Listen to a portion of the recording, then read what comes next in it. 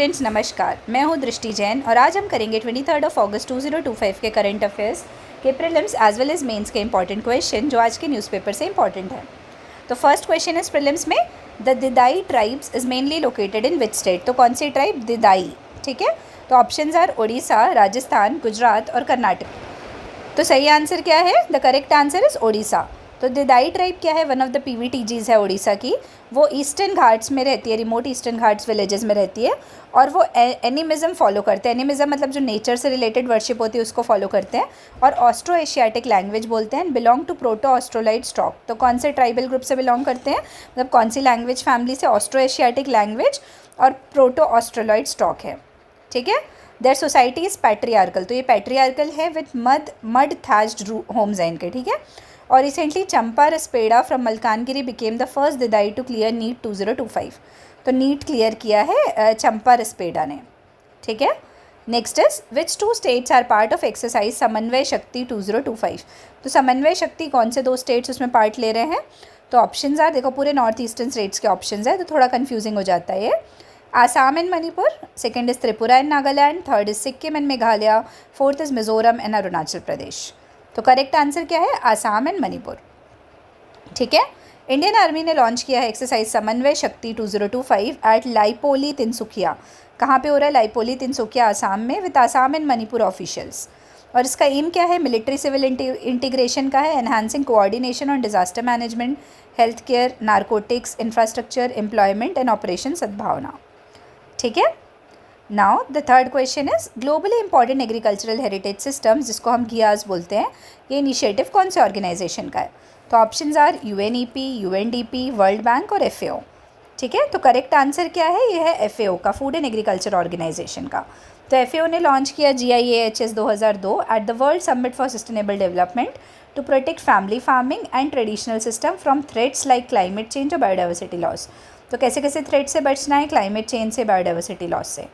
India has 3 GIAHS sites. तो कौन कौन से? कोरापुट उड़ीसा में जो पैडी डाइवर्सिटी के लिए है, कुट्टानाड केरला में जो बिलो सी लेवल फार्मिंग के लिए है, और सैफरॉन पार्क कश्मीर का जो सैफरॉन कल्टीवेशन और हेरिटेज के लिए है। ठीक है, now the next question is question number 4, what is Pseudomonas aeruginosa. तो स्यूडोमोनास एरिगिनोसा क्या है? That was recently in news. तो ऑप्शंस आर बैक्टीरियम है, newly discovered species of fish है, फंगस है और इन्वेजिव वीड है। ठीक है, तो करेक्ट आंसर क्या है? ये जो हाईलाइटेड है पहले मैं वो हटा देती हूँ। तो करेक्ट आंसर क्या है? कि बैक्टीरियम है। तो स्यूडोमोनास एरुगिनोसा क्या है? एक ग्राम नेगेटिव बैक्टीरिया है जो सॉइल और वाटर में मिलता है। इससे अभी काफ़ी ज़्यादा हॉस्पिटल रिलेटेड इन्फेक्शंस हो रहे हैं, लंग्स में, ब्लड्स में, यूरिनरी ट्रैक्ट में और वूंड्स में। ठीक है, जर्मन रिसर्चर्स ने डेवलप किया है GIPD जीन जो शो करता है variable expression influencing infection severity in moths and mice. ठीक है, now the next question is question number 5, Agni 5 is a nuclear capable land based intercontinental ballistic missile developed by which organisation. तो nuclear capable land based intercontinental ballistic missile है और कौन से organisation ने develop किया? अग्नि 5 का क्वेश्चन है। तो options are ISRO, DRDO, HAL and BDL। तो the correct answer is DRDO, Defence Research and Development Organisation. ठीक है, तो इंडिया ने अभी टेस्ट की है अग्नि 5 intercontinental ballistic missile, Chandipur Orissa से टेस्ट की है। चांदीपुर का नाम आप सभी को एक और पता है, इसका नाम है doctor APJ Abdul Kalam island. ये डेवलप किया DRDO ने और इसका रेंज है over 5000 kilometre with MIRV technology जो कैपेबल है 3 न्यूक्लियर वॉरहेड्स के लिए simultaneously. It features advanced navigation, guidance and propulsion system, making it one of India's most potent strategic deterrence weapons, strengthening long-range strike capabilities in national defense. ठीक है, तो I hope ये clear है। यहाँ prelims वाले questions खत्म हुए हमारे। अब हम मेंस के 2 इंपॉर्टेंट क्वेश्चंस में आते हैं। तो first question is how does migration affect social empowerment of vulnerable groups. तो माइग्रेशन कैसे अफेक्ट करता है social empowerment of vulnerable groups, ये फर्स्ट क्वेश्चन है। डिस्कस करना है इसको with reference to rural urban mobility, तो इसी से रिलेट करके करना है। तो आई होप ये क्वेश्चन तो क्लियर होगा। हम इंट्रो किससे स्टार्ट करेंगे? माइग्रेशन से। तो माइग्रेशन पर्टिकुलरली जो रूरल अर्बन, क्योंकि रूरल अर्बन का रेफरेंस देके बोला है ना कि हमको रूरल अर्बन मोबिलिटी के सेंस में बताना है। तो माइग्रेशन जो पर्टिकुलरली रूरल से अर्बन मोबिलिटी के सेंस में है, ये की ड्राइवर है सोशल ट्रांसफॉर्मेशन का इंडिया में। यदि हम वल्नरेबल ग्रुप्स की बात करें स्पेसिफिकली, जैसे scheduled caste, scheduled tribe, women, landless labourers, poor, तो माइग्रेशन क्या होता है, एक अपॉर्चुनिटी के जैसे भी सर्व करता है और एम्पावरमेंट के लिए भी, और एक न्यू सोर्स ऑफ एम्पावरमेंट और अपॉर्चुनिटी तो क्या हुआ, पॉजिटिव सेंस में हुआ, लेकिन कुछ न्यू वल्नरेबिलिटीज़ भी लाता है अपने साथ। ठीक है, तो पॉजिटिव इम्पैक्ट्स क्या है सोशल एम्पावरमेंट के, तो सबसे पहले इकोनॉमिक इंडिपेंडेंस आती है। माइग्रेशन जब होता है तो वो बेटर एम्प्लॉयमेंट अपॉर्चुनिटीज़ देता है, वेजेस देता है, और रिड्यूस करता है dependence on traditional exploitative rural structures जैसे फ्यूडल लैंडलॉर्ड्स या कास्ट हायरार्कीज़ को। फिर एक्सपोजर मिलता है मॉडर्न वैल्यूज़ के लिए, जैसे urban environments expose migrants to ideas of equality, rights, individual freedom, और वीकन करता है कास्ट और जेंडर बैरियर्स को। फिर सोशल मोबिलिटी की बात की जाए तो जो इंक्रीज्ड अर्निंग्स है वो अलाउ करती हैं access to education, health care, improved living standards, creating opportunities for upward mobility. क्या आता है इससे, अपवर्ड मोबिलिटी आती है। फिर कलेक्टिव एजेंसी की बात की जाए तो migrants often organise into worker unions, self help groups और कम्युनिटी एसोसिएशन, और ये फॉस्टर करते हैं सॉलिडारिटी एंड बार्गेनिंग पावर। ठीक है, फिर हम आते हैं चैलेंजेस और डिसएम्पावरमेंट में। तो प्रिकैरियस लाइवलीहुड की बात की जाए तो माइग्रेंट्स है वो often and up in the informal sector, ये हम चैलेंजेस देख रहे हैं ना, और वो फेस करते हैं job insecurity, low wages and lack of social protection. ठीक है, फिर सोशल एक्सक्लूजन की बात की जाए तो जो वल्नरेबल ग्रुप्स हैं वो एक्सपीरियंस करते हैं discrimination in urban spaces based on caste, gender और रीजनल आइडेंटिटी। ठीक है, फिर है next housing and identity issues. तो many lack ration cards, voter IDs और रेसिडेंट्स प्रूफ, और वो लिमिट करते हैं एक्सेस को टू वेलफेयर स्कीम्स। फिर जेंडर्ड वल्नरेबिलिटी की बात की जाए तो जो विमेन माइग्रेंट्स है वो फेस करती रिस्क ऑफ एक्सप्लॉयटेशन, ट्रैफिकिंग या पुअर वर्किंग कंडीशंस डोमेस्टिक और इनफॉर्मल लेबर सेक्टर्स में। फिर लॉस ऑफ कम्युनिटी सपोर्ट की बात की जाए तो जो डिसकनेक्शन है from traditional kinship and community safety वो इंक्रीज़ करता है इनसिक्योरिटी। ठीक है, अब वे फॉरवर्ड में आते हैं। जो इंक्लूसिव अर्बन पॉलिसीज़ है वो इंश्योर करती है अफोर्डेबल हाउसिंग, हेल्थ केयर और एजुकेशन फॉर माइग्रेंट्स। जो पोर्टेबिलिटी है वेलफेयर स्कीम्स की like one nation one ration card, वो रिड्यूस करते हैं एक्सक्लूजन को। फिर स्किल डेवलपमेंट प्रोग्राम्स की बात की, स्किल डेवलपमेंट प्रोग्राम्स है वो शिफ्ट करते हैं माइग्रेंट्स को from informal to formal employment. फिर अवेयरनेस की बात की जाए तो awareness campaigns on labour rights, legal safeguards against discrimination, ये हमको चाहिए। फिर जेंडर सेंसिटिव इंटरवेंशन चाहिए जैसे सेफ हॉस्टल्स, मैटरनिटी बेनिफिट्स और protection against work place harassment. ठीक है, तो ये बॉडी वाला पार्ट हुआ, आई होप ये क्लियर है। अब हम आते हैं कंक्लूजन में कि migration has the potential to dismantle rural hierarchies and promote social empowerment. तो रूरल हायरार्कीज़ को कम करता है और क्या प्रमोट करता है, social empowerment, but without adequate support के बिना।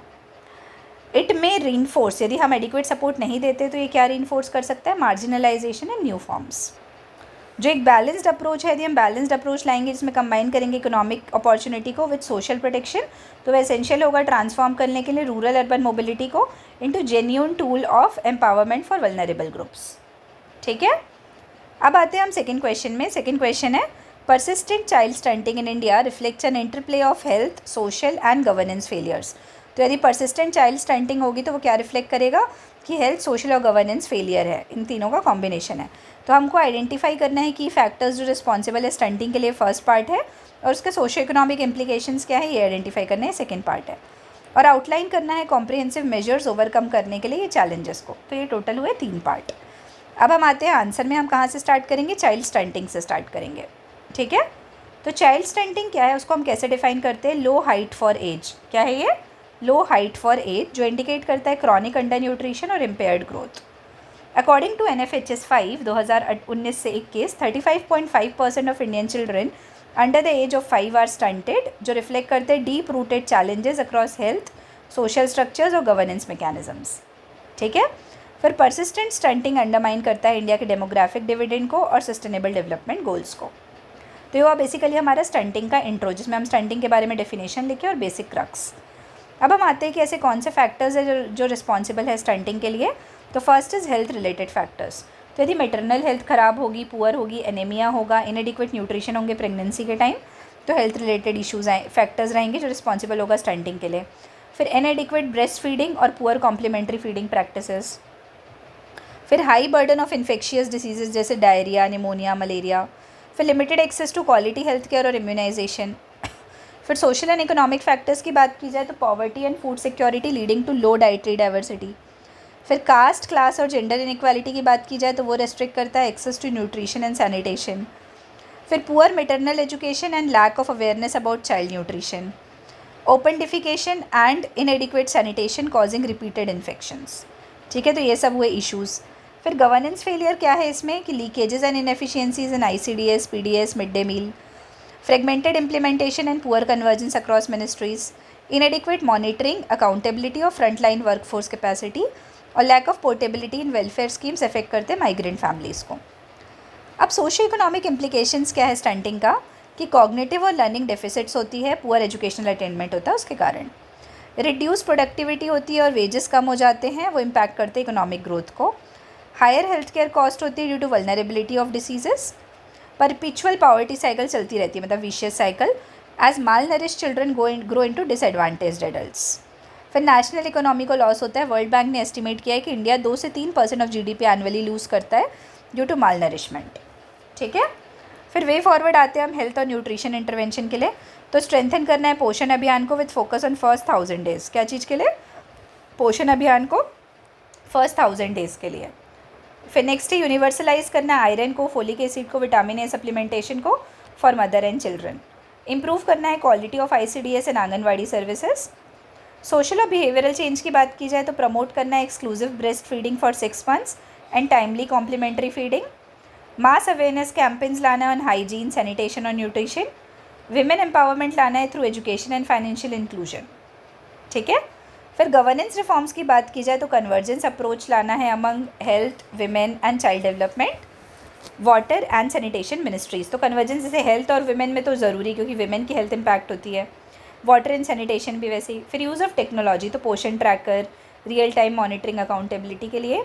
Strengthen community based monitoring with panchayat and SHGs और इंश्योर करना है welfare portability for migrant families use under one nation one ration card है ना, जैसे वैसे ही।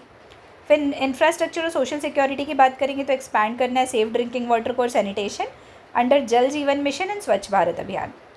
प्रोवाइड करना है universal social security nets like cash transfer, fortified foods और न्यूट्रिशन किट्स। ठीक है, तो ये हुआ बॉडी वाला पार्ट। अब हम आते हैं कंक्लूजन में। तो जो परसिस्टेंट स्टंटिंग होती है वो इंडिया में it is not merely a health issue but multi dimensional challenge है जो रूटेड है न्यूट्रिशन में, इनइक्वालिटी में और गवर्नेंस गैप्स में।